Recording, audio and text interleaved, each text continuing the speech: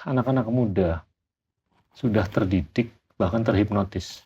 Iya. Bahwasanya ke depan tuh kalau mau mencapai posisi kepemimpinan, dalam konteks apapun lah, akademisi kayak, ekonomi kayak, usaha, politik, spiritual, dan lain-lain. Iya. Yang lebih penting adalah bisa joget, bukan melakukan intelektualisasi.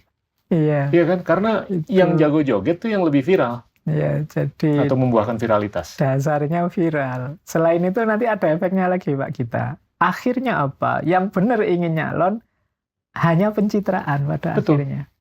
Yang bisa begini-begini kan? Iya, jadi mencitrakan dirinya biar diikuti orang banyak. Iya. Nah, jadi akhirnya kita juga sulit milih yang baik beneran yang mana. Wong semuanya pencitraan, semuanya ngejar like and viral.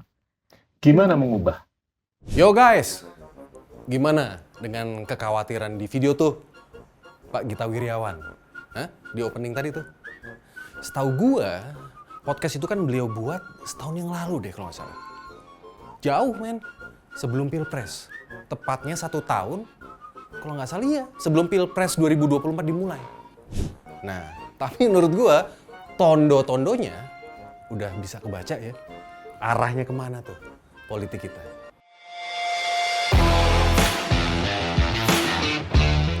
Nah, mayoritas pemilih kita yang masih dipengaruhi oleh FOMO atau Fear of Missing Out, atau bahasa gaulnya nih, ikut-ikutan aja lah. Pokoknya yang lagi viral, ya kita ikutin. Nah, ini kenyataan nih guys, yang mempengaruhi banyak pemilih kita. Emang Gen Z, milenial, sukanya yang viral-viral ya? Iya, atau festivalisasi.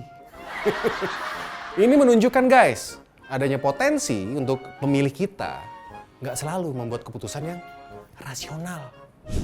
Tapi memilih kandidat yang sedang populer nih. Tanpa mempertimbangkan program kerjanya apa. Rekam jejaknya mereka apa. Secara mendalam. Tahan guys. Dan udah kejadian dong. Iya kan? Nah, fenomena ini bisa mengarah pada pemilih yang kurang berdasarkan substansi. Kalau menurut gua. Dan lebih berorientasi pada popularitas semata. Nah, kalau menurut Pak Gita Wirjawan nih, orientasinya mereka itu lebih ke sensasionalisasi dibanding dengan intelektualisasi. Bener juga sih kalau menurut gue pikir-pikir. Nah, belum lagi adanya pengaruh nepo baby dalam politik kita. Atau seseorang yang mendapatkan posisi berkat hubungan keluarga dalam kancah politik kita. Dan itu kenyataan yang harus kita hadapi guys. Dan ya mau gak mau harus kita terima, iya kan? Nah, jika pemimpin yang terpilih dalam faktor ini, hal tersebut dapat mempengaruhi persepsi publik terhadap apa? Legitimasi dan efektivitas kepemimpinan. Nah, ini juga bisa menimbulkan keraguan tentang keseriusan reformasi guys. Ada yang bilang, apa kabarnya reformasi? Yang masih seumur jagung umurnya. 25 tahun. Tapi kok produk yang dihasilkan nih bukannya semakin baik, malah mandek. Ada gue baca tuh di komen-komen tuh. Bahkan mungkin nih bisa kita sebut mundur teratur. Bener nggak menurut lo? Hah? Nah, terus nih gimana terus kualitas demokrasi kita nih pasca pemilu 2024? Iya kan? Ada juga yang ngomong begitu. Ya kalau pemilu cenderung diwarnai nih oleh kampanye yang berfokus pada gimmick daripada adu program, maka ada risiko bahwa kualitas kepemimpinan nanti nih yang muncul nggak akan memadai kalau menurut gue untuk menghadapi tantangan nyata loh ini yang dihadapi kita semua dan negara kita, Indonesia. Bukannya kepemimpinan yang efektif. Ini ada pertanyaan loh, bagus. Bukannya kepemimpinan yang efektif memerlukan lebih dari sekedar kemampuan untuk menarik perhatian publik guys. Tapi juga kemampuan nih, lo harus bisa analitis, ya kan? Strategis, empati untuk melayani kepentingan rakyat. Nah terus, pertanyaan lagi nih, setelah keputusan MK nanti, prospek demokrasi kita ke depan gimana nih? Ya mana gue tahu. Gue sendiri juga masih penasaran guys. Nah, tapi nanti akan gue coba jawab ya di akhir video ini, oke? Nah, setahu gue, demokrasi yang suram atau enggaknya nih, itu tergantung pada gimana elemen-elemen seperti pendidikan pemilih, terus integritas proses pemilu, dan kualitas debat publik itu dapat ditingkatkan dong, iya kan? Jika mayoritas pemilih mengambil keputusan berdasarkan FOMO atau ikut-ikutan tadi tuh, dan bukan pada diskusi yang mendalam tentang kebijakan, program kerja, bukannya demokrasi bisa mengalami degradasi lama-lama? Ini pertanyaan juga loh, iya kan? Sebenarnya ini bisa diatasi guys, dengan pendidikan politik yang lebih baik, literasi. Ini salah satunya nih, caranya dengan yang ngimbangin konten-konten di medsos, di TikTok, dimanapun, dengan media yang dorong analisis yang lebih mendalam. Oke? Kalau kita lihat ke belakang, waktu kampanye kemarin, nah ini menurut gua, ada nih, tim yang berkampanye berbasis gimmick aja. Ada juga tim yang mengedepankan program guys. Ada nih, 2 paslon tebar program. Tapi ada lagi satu nih, yang lebih kampanye berbasis gimmick. Kecenderungan untuk mengandalkan gimmick nih, atau festivalisasi, sensasionalisasi dalam kampanye, seperti jogetan, itu sebagai tools, emang menarik. Tapi kurang substansi menurut gue. Nah ini adalah indikasi dari kurangnya program guys. Tapi kan realitanya lebih digemari oleh Gen Z. Iya kan? Nah, kan udah ada buktinya. Nah, hal ini menimbulkan pertanyaan tentang seberapa jauh sih kandidat-kandidat tersebut tuh mempersiapkan diri untuk mengatasi masalah nyata loh ini yang dihadapi oleh rakyat.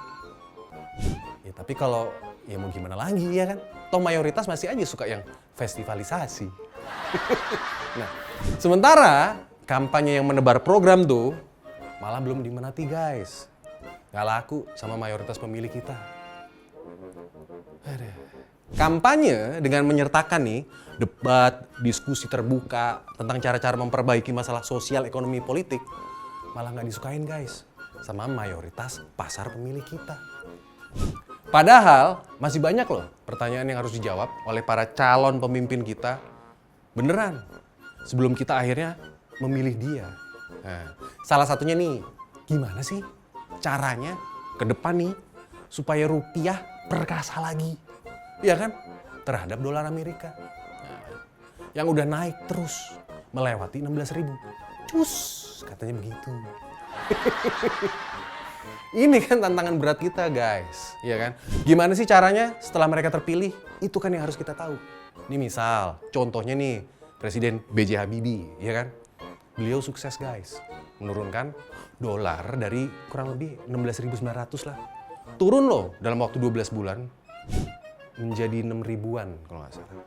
Nah, dalam konteks ini penting bagi kita sebagai pemilih untuk mendorong dan menuntut lebih.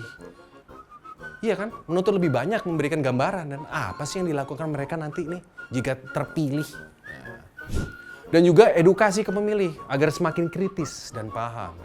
Bukan malah terkesan dibiarkan agar tetap menjadi lumbung suara. Nah, para kandidat pemimpin politik, mau dibawa kemana? Arah kami, arah kita semua. Jika nanti Anda terpilih. Itu kan yang seharusnya mayoritas kita nih rakyat pahami. Guys, ini sangat penting loh untuk memastikan bahwa demokrasi kita nggak hanya bertahan, tapi juga berkembang dong, menjadi lebih matang lagi. Itu menurut gua. Nah, demokrasi Indonesia ke depannya semoga nggak secara otomatis menuju kepada hal yang suram. Namun, perlunya nih kesadaran dan pendidikan politik yang baik menurut gua bagi mayoritas kita semua, termasuk gua. Nah, menjawab pertanyaan tadi di awal tuh, jadi gimana sih nasib demokrasi kita setelah keputusan MK nanti nih tanggal 22?